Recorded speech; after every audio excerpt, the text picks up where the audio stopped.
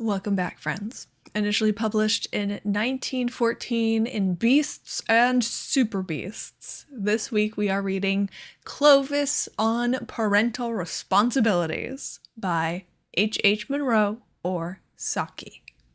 Marian Eggleby sat talking to Clovis on the only subject that she ever willingly talked about, her offspring and their varied perfections and accomplishments. Clovis was not in what could be called a receptive mood. The younger generation of Eggleby, depicted in the glowing, improbable colors of parental impressionism, aroused in him no enthusiasm.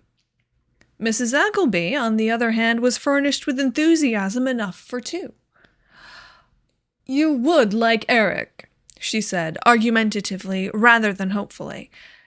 Clovis had intimated very unmistakably that he was unlikely to care extravagantly for either Amy or Willie. "Yes, I feel sure you would like Eric. Everyone takes to him at once. You know, he always reminds me of that famous picture of the youthful David. I forget who it's by, but it's very well known." "That would be sufficient to set me against him if I saw much of him," said Clovis. "Just imagine at auction bridge, for instance, when one was trying to concentrate one's mind on what one's partner's original declaration had been, and to remember what suits one's opponents had originally discarded, what it would be like to have someone persistently reminding one of a picture of the youthful David. It would be simply maddening. If Eric did that, I should detest him." "Eric doesn't play bridge," said Mrs. Eggleby with dignity. "Doesn't he?" asked Clovis. "Why not?" "None of my children have been brought up to play card games," said Mrs. Eggleby. "Draughts and Halma and those sorts of games I encourage. Eric is considered quite a wonderful draughts player." "You are strewing dreadful risks in the path of your family," said Clovis.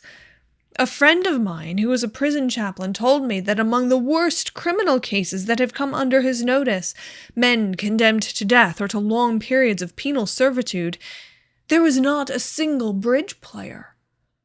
On the other hand, he knew at least 2 expert draughts players among them."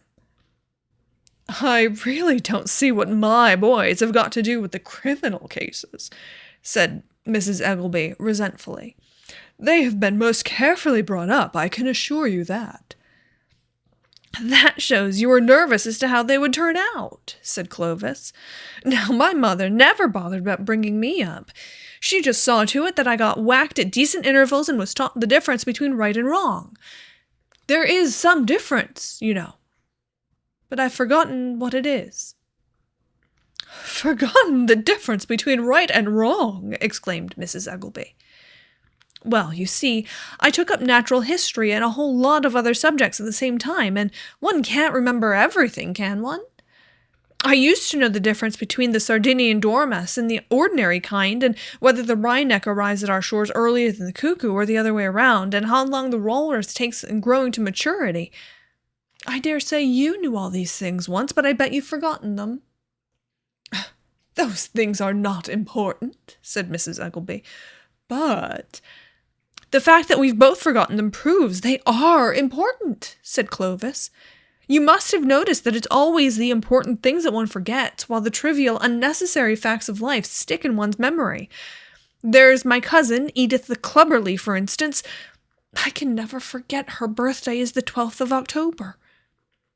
It's a matter of utter indifference to me on what date her birthday falls, or whether she was born at all. Either fact seems to me absolutely trivial or unnecessary. I've heaps of other cousins to go on with. On the other hand, while I'm staying with Hildegard Shrubley, I can never remember the important circumstance whether her husband got his enviable reputation on the turf or on the stock exchange. And that uncertainty rules the sport and finance out of the conversation at once. One can never mention travel either, because her second husband had to live permanently abroad."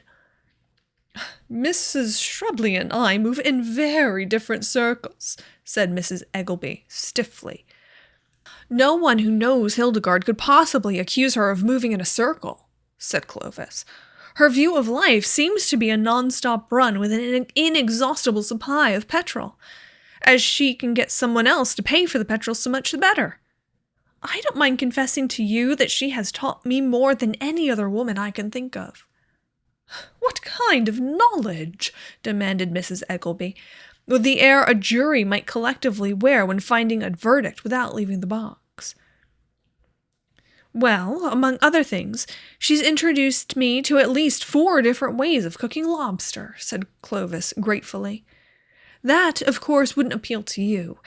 People who abstain from the pleasures of the card table never really appreciate the finer possibilities of the dining table. I suppose their powers of enlightened enjoyment get atrophied from disuse." "An aunt of mine was very ill after eating a lobster," said Mrs. Eggelby. "I dare say if we knew more of her history, we should find out that she'd often been ill before eating the lobster. Aren't you concealing the fact that she'd had measles and influenza and nervous headaches and hysteria and other things that aunts do have long before she ate the lobster? Aunts that have never known a day's illness are very rare. In fact, I don't personally know of any. Of course, if she ate it as a child of 2 weeks old, it might have been her first illness. And her last. But if that was the case, I think you should have said so."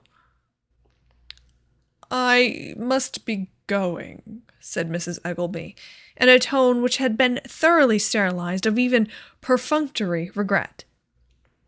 Clovis rose with an air of grateful reluctance. "I have so enjoyed our little talk about Eric," he said. "I quite look forward to meeting him one day." "Goodbye," said Mrs. Eggelby frostily. The supplementary remark, which she made at the back of her throat, was, "I'll take care that you never shall." The end.